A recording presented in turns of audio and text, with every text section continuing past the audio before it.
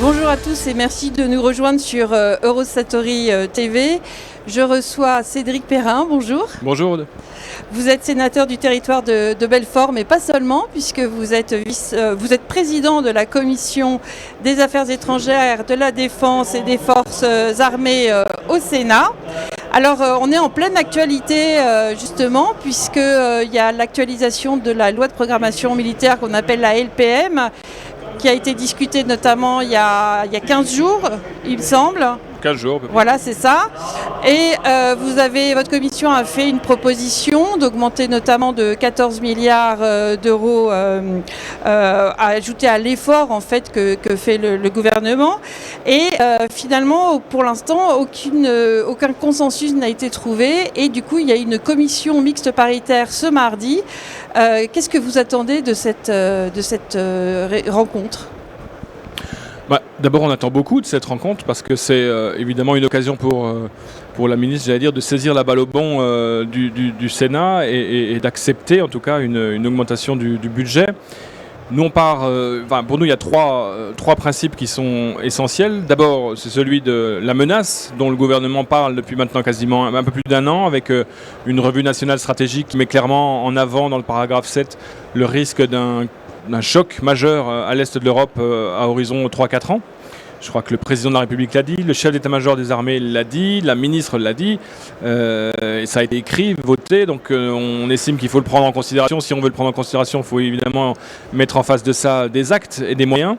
Le deuxième point, c'est celui des promesses qui ont été faites l'an dernier à La Haye, au moment du sommet de l'OTAN, par la France, qui a accepté de monter son budget à 3,5% de PIB en 2035. Et là aussi, il y a un effort à faire considérable, puisque je rappelle qu'aujourd'hui, on est à peine un peu plus de 2%, et que selon la trajectoire budgétaire que le gouvernement veut mettre en place, on serait seulement à 2,43% de PIB en 2030. Et donc, en 7 ans, on aurait fait 0,5% d'effort, là où il faudrait faire plus de 1% d'effort entre 2030 et 2035, ce qui veut dire des années où on aurait des augmentations de plus de 14 milliards d'euros, ce qui n'est évidemment pas envisageable ni tenable. Et le troisième point, c'est celui de l'augmentation des budgets des armées de nos alliés européens notamment, et de tous les pays dans le monde. Les Allemands seront à plus de 166 milliards d'euros de budget en 2030, et donc le risque de déclassement de la France est important, et donc nous on veut évidemment essayer d'enrayer ça. Alors évidemment, l'effort de 14 milliards que nous avons souhaité mettre en œuvre dans la loi de programmation militaire n'est pas suffisant, mais il est déjà important. Il a été refusé par la ministre qui nous a... c'est de la technique parlementaire un peu complexe, mais qui donc a fait repousser cette proposition. Mais dans les annexes de la loi de programmation militaire, il y a 14 milliards d'euros d'objets complémentaires qui ont été inscrits grâce au vote du Sénat. Et puis aussi, dans l'article 1, une trajectoire budgétaire à 2,7% de PIB et 450 milliards en 2030. Donc on est aujourd'hui avec une loi de programmation militaire bancale qu'il est nécessaire d'adapter. Donc on a besoin de faire des compromis. Donc le Sénat fera des compromis, mais il faut impérativement que le gouvernement fasse aussi des compromis pour qu'on se retrouve au milieu du chemin et qu'on accepte un certain nombre d'augmentations parce qu'on a des besoins capacitaires nouveaux, et donc il faut évidemment se donner les moyens de pouvoir les acquérir. Oui, on dit souvent, moi j'entends souvent dire 3,5% du PIB, c'est à peu près à 100 milliards d'euros, c'est exact ? C'est à peu près, oui. C'est à peu près ça. Et donc là, vous allez à nouveau défendre position, j'imagine, en commission mixte paritaire. Comment ça va se passer ? Commission mixte paritaire, l'idée c'est quand même d'arriver à un compromis entre les différentes personnes qui sont présentes. Donc il faut que tout le monde fasse des concessions, si je puis dire. Mais le gouvernement nous amène à un budget, selon la trajectoire qu'il a définie, 76,3 milliards d'euros en 2030. Le Sénat voudrait qu'on soit environ à 84 milliards. Ce qui veut dire qu'en fait, globalement, si on ajoute les années, si on additionne les budgets chaque année, les augmentations de budget chaque année, on arrive à un effort de 14 milliards, c'est ces fameux 14. Et le président de la République lui-même, le Premier ministre aujourd'hui, ancien ministre des Armées lui-même, expliquait il y a encore pratiquement moins d'un an que le poids de forme du budget des armées, c'était entre 90 et 100 milliards, donc 3,5%. Donc nous, on tente de s'en rapprocher le plus possible pour que l'effort qui sera réalisé par celles et ceux qui seront élus après 2030 ne soit pas si insoutenable que cela, et donc que l'effort soit lissé entre 2026 et 2035. Alors, l'argent, c'est le nerf de la guerre, hein, c'est vraiment une question centrale, le financement. Alors, comment est-ce qu'on concilie l'augmentation des besoins de défense, dont on entend parler largement depuis que ce salon a ouvert, avec justement ces fameuses contraintes des finances publiques, parce que on sait qu'il y a d'autres budgets dans le gouvernement qui sont pas prioritaires, mais qui en tout cas doivent être remplumés, entre guillemets. Donc, comment on arrive à concilier On est dans une situation qui est de plus en plus complexe, puisque vous avez bien vu que maintenant la charge de la dette devient le premier budget de l'État à partir de l'année prochaine, avec plus de 70 milliards d'euros à rembourser, là où le budget pour l'instant de la défense est à 57 milliards. Donc il est nécessaire de faire des choix, et la politique c'est l'art des choix, et on ne peut pas considérer aujourd'hui que la menace est importante et ne pas accepter de faire des choix. Et je redisais à la tribune du Sénat il n'y a pas très longtemps que lorsqu'un Français paye 1 000 € d'impôts, il y a 567 € de ces 1 000 € qui sont consacrés à la protection sociale. Il y en a 31 qui sont consacrés à la défense. Et donc quand on a un écart de 1 à 18 entre deux valeurs, on ne peut pas considérer que c'est la valeur la plus faible, c'est-à-dire la défense, qui met en difficulté la valeur la plus forte, c'est-à-dire la protection sociale. Donc il faut faire des choix, il faut faire des réformes structurelles, il faut faire des économies. Et donc effectivement, ça nécessitera de faire peut-être des choix difficiles. Mais je pense que le rôle des élus, c'est aussi de dire la vérité aux gens.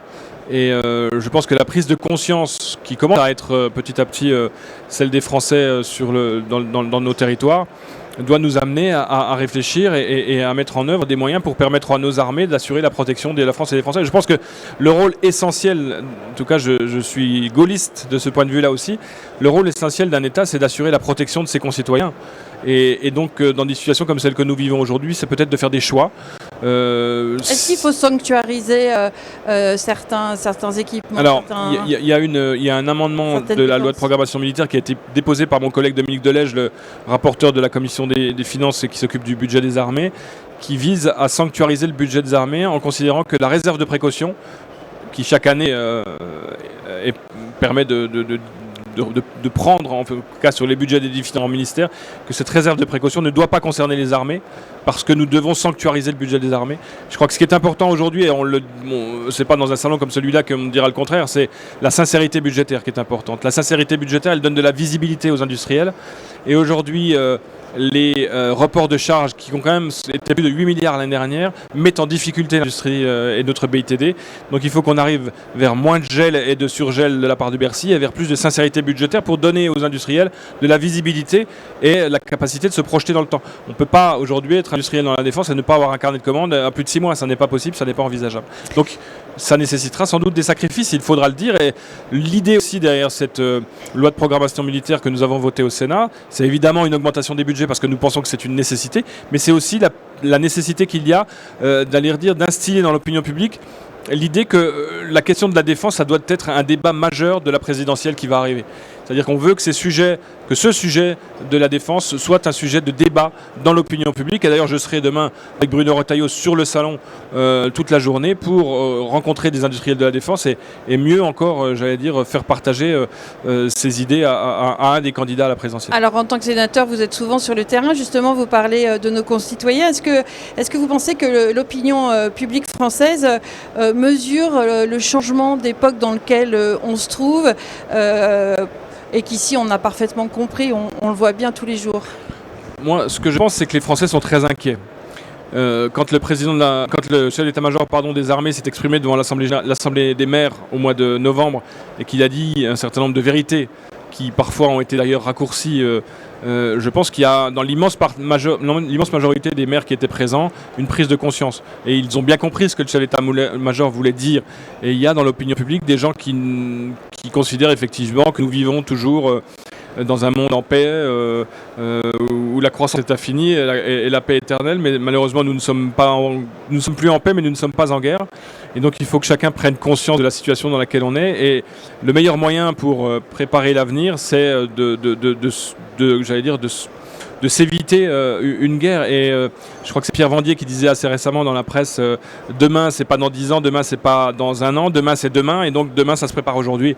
Et donc nous avons comme objectif, en tout cas à la commission, dans le cadre de cette commission mixte paritaire qui nous amènera à tomber d'accord, je l'espère en tout cas, avec les députés notamment, à essayer de préparer cet avenir et à donner à nos armées les moyens les plus importants possibles pour demain pouvoir faire de l'acquisition de matériel dont elles ont besoin. Et on voit bien sur ce salon aujourd'hui que l'innovation est galopante et on voit bien que tout ça pourrait rapidement nous dépasser si nous n'y mettions pas les moyens. Et justement, comment le Parlement peut mieux soutenir cet écosystème justement pour accélérer l'acquisition de nouveaux drones ou pour la défense aérienne rapprochée? Comment ?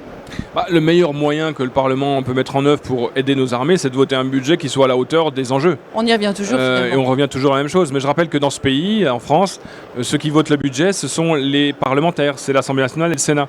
Donc le gouvernement peut toujours avoir toutes les ambitions du monde, peut avoir tous les objectifs du monde. Au final, c'est le Parlement qui vote le budget. Et cette loi de programmation militaire, elle se fixe des objectifs annuels avec une trajectoire budgétaire, un objectif qui se fixe à 2030 et ensuite à 2035. Mais il nécessite que chaque année, au mois de novembre, décembre, soit voté le budget de la France, c'est-à-dire la loi de finances qui donnera c'est-à-dire aux armées les moyens que nous ambitionnons. Alors, il faut reconnaître que depuis 2017 maintenant, le budget des armées a quasiment doublé. Il est passé d'environ 30 milliards à 57 cette année. Il passera normalement à 66, un peu plus de 66 l'an prochain. Ça, c'est évidemment une marque qu'il faut souligner. Et puis, les trajectoires budgétaires ont toujours été respectées depuis 2017. Et ça, c'est important. Et malgré les gels, les surgels, on pourrait parler de beaucoup de choses qui sont venues évidemment obérer cette augmentation. Mais facialement, les trajectoires ont été respectées, les budgets ont été doublés. Et je pense qu'il faut qu'on continue dans cette direction-là, en se donnant peut-être encore plus les moyens qu'avant, puisque la situation est beaucoup plus complexe qu'elle ne l'était avant 2017 ou avant 2015.